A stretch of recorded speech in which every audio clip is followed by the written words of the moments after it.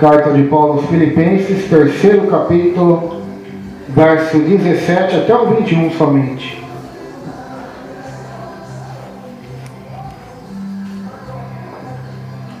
Diz assim a palavra de Deus: Irmãos, sede imitadores meus, e observai os que andam segundo o modelo que tendes em nós.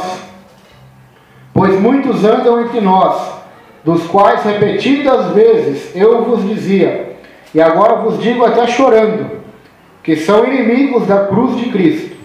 Destino deles é a perdição, o Deus deles é o ventre, e a glória deles está na sua infâmia, visto que só se preocupam com as coisas terrenas, pois a nossa pátria está nos céus, de onde também aguardamos o Salvador, o Senhor Jesus Cristo, o qual transformará o nosso corpo de humilhação, para ser igual ao corpo da sua glória, segundo a eficácia do poder que ele tem de até subordinar a si todas as coisas. Amém? Incline a sua cabeça, vamos fazer mais uma oração. Senhor, meu Deus e meu Pai, estamos aqui nessa noite, Senhor. O Senhor já tem falado conosco, eu creio, meu Deus, que o Senhor continuará falando, ó Pai, através da sua palavra que não volta vazia. Senhor, ilumina nossos olhos, dá-nos a compreensão e nos dirige, meu Deus, até a tua vontade, através da sua palavra, meu Deus. Quer seja ela boa, quer seja ela dura, mas que seja a palavra do Senhor nessa noite. Para a glória do teu nome eu te peço, Senhor. Em nome de Jesus, amém. Amém. Amém. Nós encontramos nessa carta de Filipenses, no 3º capítulo, palavras fortes e pesadas. Palavras do homem de Deus, do apóstolo Paulo. O homem experimentado. Jeová, glórias a Deus. Tanto nas coisas de Deus, como também experimentado na vida, né? Passou por muitas dificuldades. E ele vai chamar os filipenses, os cristãos, mais uma vez, né? Não é a primeira vez que ele fala isso. Ele já tinha falado lá em Coríntios, né? Para que eles fossem imitadores dele, porque ele era imitador de Cristo. E conforme eu disse no culto aqui, vários cultos eu disse isso, mas é sempre bom relembrar que nenhum dos apóstolos teve essa coragem de mandar imitar. Pedro não teve. Imita eu porque eu sou imitador de Cristo. Até João, o apóstolo João, aquele que Deus usou para escrever o Apocalipse, que escreveu as cartas do Evangelho de João, também não teve essa coragem. Lucas também não teve essa coragem. O que escreveu o Evangelho de Lucas e Atos dos Apóstolos, o médico, ele era médico, também não teve essa coragem. E se você ler a história da igreja, nenhum deles teve. Lutero não teve, Calvino não teve, Policarpo não teve, nenhum deles tiveram. E hoje também dificilmente você vai ver alguém com essa coragem. Mas Paulo tinha essa coragem. E por que ele tinha essa coragem? Nós vamos ver aqui nesse capítulo, porque nesses versículos que nós lemos aqui, tem tudo a ver com o que ele disse aqui. Ele manda a igreja, manda os cristãos imitarem ele e andarem segundo o modelo que tendes neles. Por quê? Naquela época já, irmãos, imagina hoje, pois muitos andam entre nós, dos quais repetidas vezes eu vos dizia, e agora vos digo, até chorando, que são inimigos da cruz de Cristo. Então não existe erro em denunciar o pecado. Paulo já denunciava, na época dele, pessoas que estavam andando junto com ele, no meio dele, né? Entre as igrejas daquela época, mas que não eram verdadeiros cristãos, não eram verdadeiros apóstolos, não eram homens de Deus, mas eram inimigos da cruz de Cristo. E ele disse isso repetidas vezes. E agora, quando ele estava escrevendo essa carta, até chorando. Por que chorando? Porque Paulo não tinha nenhum prazer em denunciar os inimigos da cruz de Cristo. Seria um prazer para ele anunciar mais obreiros, né? Mais homens de Deus. Mas para ele era uma tristeza, assim como era para Jeremias. Por que Jeremias repreendia o povo e chorava? Porque ele queria que aquele povo se arrependesse, não queria que aquele povo perecesse no pecado. Por que Jesus chorou por Jerusalém? Porque Cristo queria que o povo se arrependesse também, não que eles perecessem no pecado. Por que Paulo chora aqui? Pelo mesmo motivo. Porque ele queria que esses homens que eram inimigos da cruz de Cristo voltassem, se arrependessem, se convertessem ao Evangelho do Senhor. Quem são os inimigos da cruz de Cristo? São os muçulmanos, você vai pensar, né? São aqueles que adoram Alá. Lá na Coreia do Norte, não sei se os irmãos sabem, o país que mais persegue o cristianismo no mundo é a Coreia do Norte. Hoje jogou lá na Copa do Mundo a Coreia do Sul, né? Que é vizinha da Coreia do Norte. A Coreia do Sul tem muitos evangélicos ali. Tem um pastor que chama Paul Engshu. A igreja dele tem 1 milhão de membros. E eles oram ali. A igreja deles é uma igreja. Depois tem um monte de quartinho, pastor. Onde a pessoa entra lá, é um quartinho pequeno só para orar sozinho. E tem gente que fica, eu ouvi relatos, tem gente que fica 3, 4, 5 dias ali naquele quartinho orando. É uma igreja sofrida, mas que ora muito. Agora o vizinho deles, a Coreia do Norte, quem comanda ali é um ditador. E esse ditador, ele é adorado ali como se fosse um deus. Ele, seu pai que morreu, né, como se fossem deuses. E lá é proibido o evangelho ali. Eles cortam a mão, eles perseguem. E é o país que é mais perseguidor do evangelho. Então, se eu perguntar para você quem são os inimigos da cruz de Cristo, você vai dizer, você acabou de falar, é a Coreia do Norte. Mas também não é a Coreia do Norte. Quem são os inimigos da cruz de Cristo que Paulo está aqui revelando, que Paulo está denunciando, está alertando a igreja? Não somente daquela época, mas alertando-nos também. O verso 19 vai dizer a característica dessas pessoas. O destino deles é a perdição. O Deus deles é o ventre. E a glória deles está na sua infâmia, visto que só se preocupam com as coisas terrenas. Aqui está o inimigo da cruz de Cristo. A característica principal dele são os seres humanos, as pessoas, tanto dentro da igreja ou fora, que só se preocupam com coisas terrenas. Ou seja, só se preocupam com as coisas deste planeta, deste mundo. O que Jesus disse lá em Mateus capítulo 6, para os discípulos e para a multidão?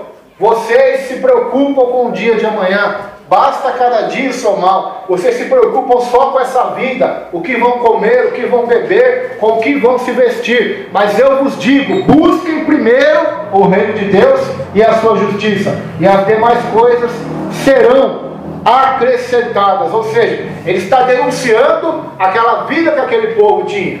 Não que seja errado eu me preocupar com o que eu vou comer, com o que eu vou vestir, ou o que eu vou dar para a minha família de comer e de alimentação ou roupa. Não que seja pecado isso, mas o pecado está em viver somente em torno disso, em prol dessas coisas terrenas.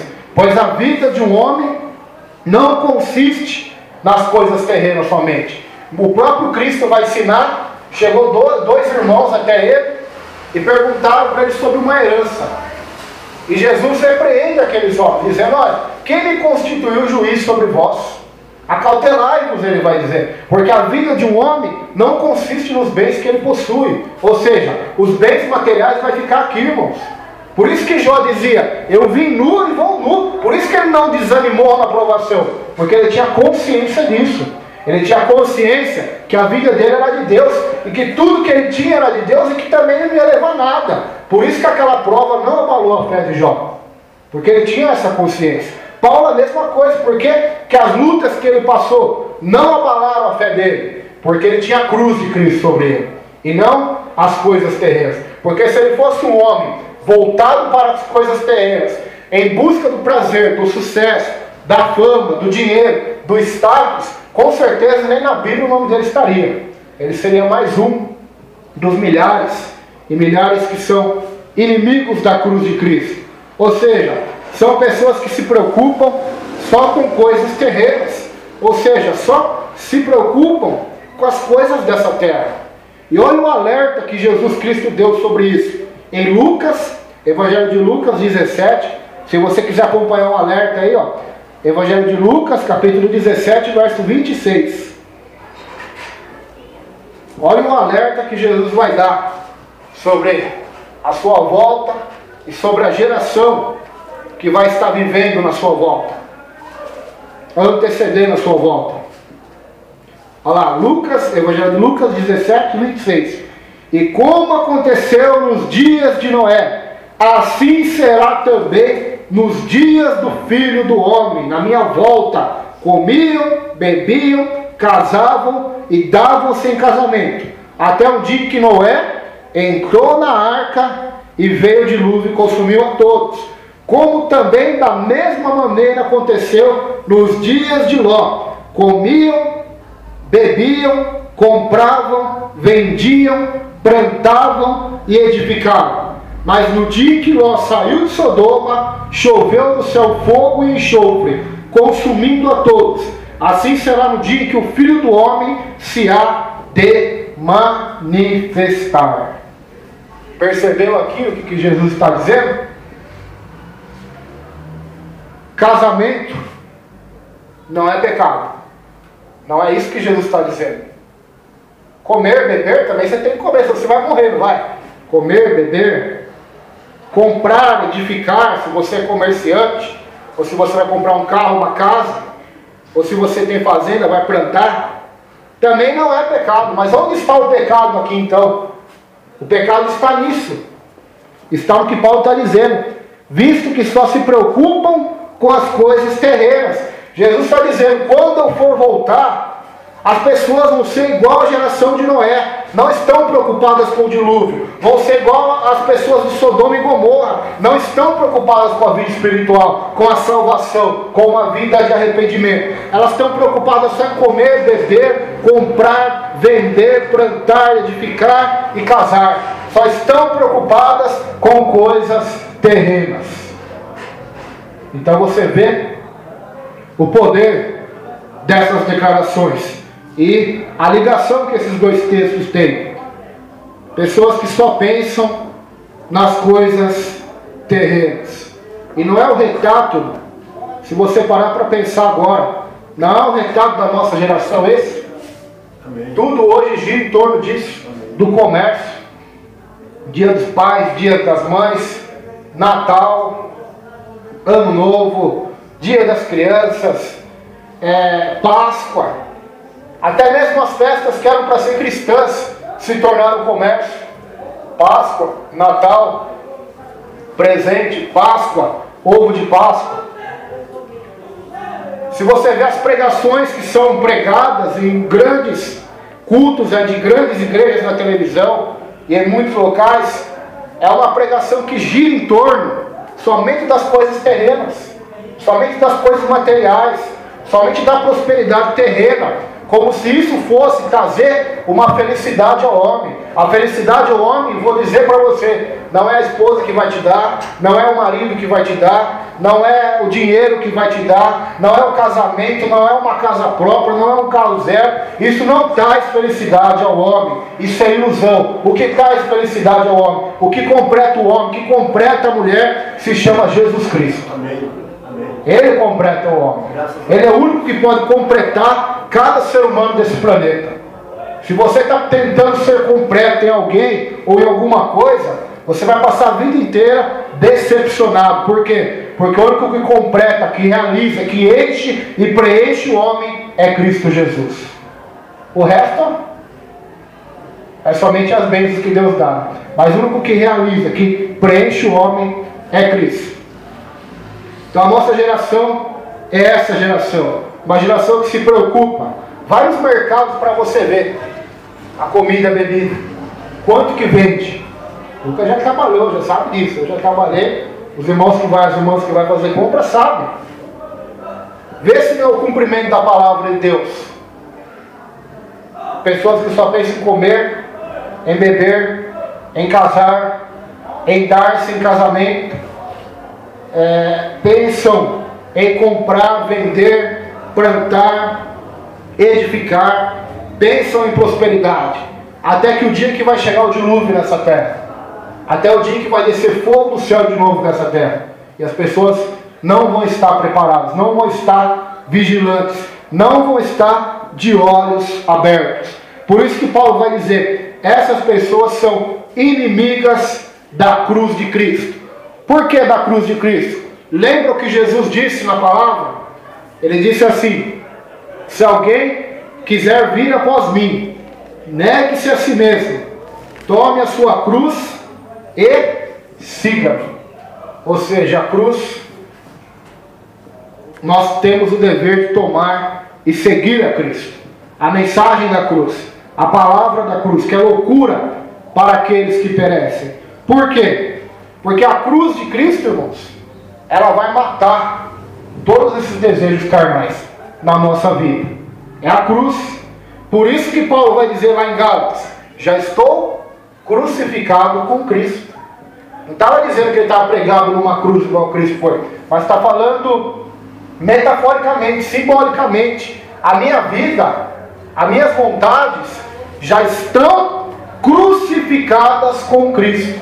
E já não sou eu que vive mais, mas Cristo vive em mim. Oxalá que um dia possamos dizer a mesma coisa que Paulo disse: crucificar a minha carne. Porque você vai estar entre esses dois grupos. Ou você vai estar no grupo que está crucificando a sua carne nesse mundo, ou você vai estar no grupo daqueles que são inimigos da cruz de Cristo. E não é porque perseguem a igreja, não é porque querem vir com uma arma matar o pastor ou matar um crente, mas é pelo simples fato de viver uma vida somente terrena. Já automaticamente, diz a Bíblia, se tornam inimigos de Cristo, da cruz de Cristo. E não é eu que estou dizendo, é a Bíblia. Aqui Paulo foi lá, Tiago vai mais forte. Tiago 4,4 vai bem mais forte. Ele fala assim: infiéis, adúlteros e adúlteras, quem vos ensinou que aqueles que são amigos do mundo podem ser amigos de Deus? Todos aqueles que são amigos do mundo tornam-se inimigos de Deus. Satanás é seu inimigo? Glória a Deus. Ele é derrotado por Cristo. Mas e se Deus for teu inimigo? Quem vai te ajudar? E se Cristo for seu inimigo? Quem te ajudará? Que anjo vai te salvar? Que homem nesse planeta vai ter o poder de te livrar da mão de Deus? Nenhum. Então, essas pessoas são inimigas da cruz de Cristo. Por quê? Porque só se preocupam com as coisas terrenas. Não está dizendo aqui, irmãos, para vocês não distorcerem a mensagem, não está dizendo aqui que é pecado se preocupar com coisa terrena. Paulo está bem claro, que só se preocupam, mas não é errado você se preocupar em ter uma casa própria, em ter um carro, em ter um emprego, em casar, em ter filhos, ou em estudar, ou em comprar alguma coisa. Não é pecado isso. O pecado é quando você só vive nisso. É isso que Paulo está dizendo. Você só se preocupa com as coisas terrenas. Tem pessoas que vão orar, e eu já vi pessoas orar no monte, e a oração delas inteira, o pastor já ouviu também, já sabe, é só coisa material, é só emprego, é só dinheiro, é só pagar a conta. Parece que não existe vida espiritual, não existe missionários, não existe almas, não existe dons espirituais, não existe nada, só existe aquelas coisas da terra, aqueles problemas que ela tem. Então, isso quando a pessoa enxerga dessa maneira, vive dessa maneira, então automaticamente ela se torna uma inimiga da cruz de Cristo, da mensagem da cruz.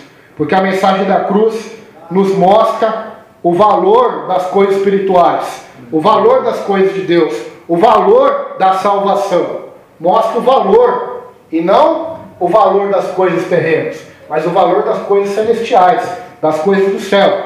Verso 20 vai dizer, olha o segredo aqui. Filipenses 3:20. Pois a nossa pátria está nos céus, de onde também aguardamos o Salvador, o Senhor Jesus Cristo. Nossa pátria. O que é pátria? Nosso país, nossa morada eterna está nos céus, de onde também aguardamos o Salvador, o Senhor Jesus Cristo. Então por isso que Paulo viveu uma vida irrepreensível, viveu uma vida que podia dizer: sejam meus imitadores, já não sou eu que vive, mas Cristo vive em mim. Por quê? Porque ele tinha essa convicção e esta ciência que sua casa, sua morada não era Roma, não era Jerusalém, não era Galiléia, não era Samaria, não era nenhuma daquelas grandes cidades que ele passou, Atenas, Colossos, mas que a sua morada era nos céus, que a sua pátria, que o seu lugar final era nos céus. Então o seu lugar final hoje não é o cemitério. Ali vai ficar o corpo de todo mundo, né? Mas o seu lugar final não é ali. Nosso lugar final pode ser em dois lugares, ou aqui, que Paulo falou, ou no lugar do horror eterno, que é o inferno. Então, esse é o destino do homem. Esse é o destino de cada ser humano que nasce nesse planeta. Ou a cidade dos céus, ou a condenação eterna. Por isso que é grave quando eu só me preocupo com as coisas da terra. Porque eu estou deixando de fora o que é mais valioso, que é a salvação. O que é mais valioso que a salvação? Se você me dizer aqui alguma coisa que é mais valioso que a salvação, eu paro de pregar. O que é? O que é mais valioso que o céu? O que é mais valioso de uma eternidade inteira ao lado de Deus? Dinheiro? Casa? Prosperidade? Não tem. Não existe. Por isso, irmãos, nós temos que valorizar mais, buscar mais aquilo que é do céu, aquilo que é da pátria celestial, aquilo que vem dos céus. Pois a maioria das pessoas só se preocupam com as coisas terrenas.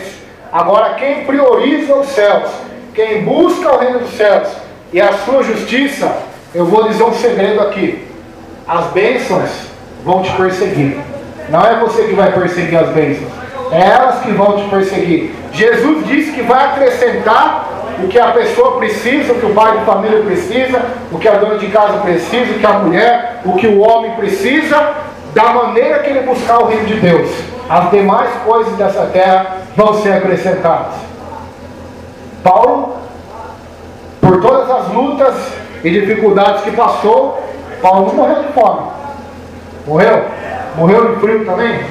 Jesus morreu de fome, de frio? Jó, Davi, o povo de Israel no deserto, eles morreram de fome, de frio? Morreram porque murmuraram. Mas as coisas terrenas, pode ver ali, Deus cuidou deles. Deus não deixou nada faltar para eles. Então, essa é a nossa fé, irmãos. Quando nós buscamos as coisas de Deus, se dedicamos às coisas de Cristo, pode ter certeza que as coisas terrenas, elas serão acrescentadas. Mas agora, quando nós só se preocupamos com as coisas terrenas, nós estamos se tornando inimigos da cruz de Cristo. Estamos correndo o perigo de perder a nossa salvação, a nossa alma. E eu termino essa palavra com a parábola do rico, a qual Cristo ensinou. Tinha um homem que era muito rico, diz a Bíblia, e era um fazendeiro. E a colheita dele foi tão grande que não coube naquele celeiro. O que ele fez? Ele derrubou tudo aquilo e fez o maior. E recolheu tudo aquela abundância no seu celeiro. E tinha aquelas cadeiras de deitar, sabe? Deitou naquela cadeira, fechou os olhos e falou para si mesmo: agora pode fartar sua alma e repousar, porque você tem depósito, tem abundância. Então uma voz falou na consciência dele, falou na mente dele, a voz de Deus. Essa mesma voz que fala conosco, a gente achando que é coisa da nossa cabeça, quando essa voz manda você perdoar, quando essa voz manda você se arrepender, quando essa voz diz isso é errado que você está fazendo, não é a voz do homem, não é a voz do diabo, é a voz de Deus, que o diabo jamais vai mandar se fazer a coisa certa, né? É a voz de Deus. Então essa voz falou com ele: louco, vou pedir a sua alma hoje, para quem é e para quem está preparado. Então é loucura, irmãos, é loucura a gente viver ou a gente se matar, como muitas pessoas fazem, até se matam por dinheiro, brigam por causa de dinheiro, trabalham a vida inteira para depois morrer e deixar tudo para os filhos, por causa do dinheiro, e as coisas espirituais vai para Deus de mãos vazias, né? De mãos vazias. Como estão as suas mãos diante do Senhor? É o que mais vale, é isso, irmão. Como o pastor disse, a vida nossa é curta. Eu já estou com 27 anos, já estou quase na metade já. E passou rápido, não passa rápido?